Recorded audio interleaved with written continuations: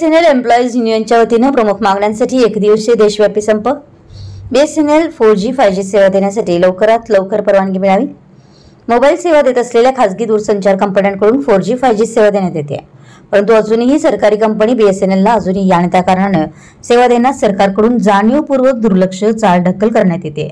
बीएसएनएलमध्ये तिसरे वेतन संशोधन सत्वर करण्यात यावं। बीएसएनएलमध्ये कार्यरत कर्मचारी वर्गाचे जानेवारी 2017 पासून देय असलेलं तिसरं वेतन संशोधन सत्वर देण्यात यावं।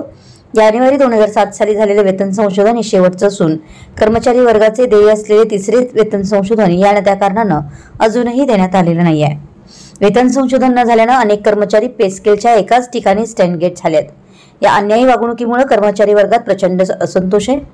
बीएसएनएलमध्ये कार्यरत कर्मचारी यांच्यासाठी नवीन प्रमोशन पॉलिसी सुरू करणे। बीएसएनएलमध्ये कार्यरत कर्मचारी यांच्यासाठी कार्यरत अधिकारी यांच्याप्रमाणे प्रमोशन पॉलिसी सुरू करावी। अधिकारी व कर्मचारी यांच्यासाठी दोन वेगवेगळ्या प्रमोशन पॉलिसीजमध्ये तफावत असल्याने कर्मचारी वर्गात प्रचंड असंतोष आहे। बीएसएनएलमध्ये मनुष्यबळ पुनर्रचना करणे।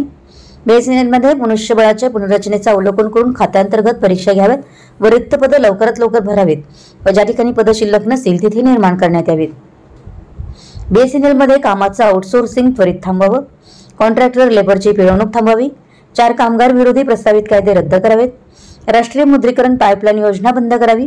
यासह अनेक न्याय प्रलंबित मागण्यांसाठी नवी दिल्लीच्या आदेशाप्रमाणे संपूर्ण महाराष्ट्रासह देशभरात हा संप आयोजित करण्यात आला आहे व यशस्वी करण्यात येतोय। यामध्ये कर्मचारी वर्गाने सरकार व बीएसएनएल मॅनेजमेंट विरोधात तीव्र भावना प्रकट केल्या।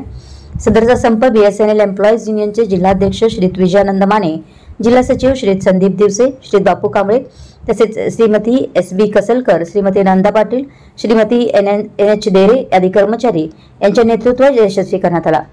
या संपात बीएसएनएल एनएफटीई संघटनेच्या वतीने निदर्शनी कार्यक्रमात सहभागी होऊन पाठिंबा देण्यात आला। याप्रसंगी बीएसएनएल एनएफटीई संघटनेचे जिल्हाध्यक्ष श्री विवेक यादव, सचिव श्री एडी माने व श्री अतुल पाटील उपस्थित होते। या मागण्यांचा सरकार व बीएसएनएल मॅनेजमेंटने सकारात्मक विचार केला नाही तर नजीकच्या भविष्यात आणखी आंदोलन तीव्र करण्याचा इशारा या एकदिवसीय संपाच्या माध्यमातून देण्यात आला आहे।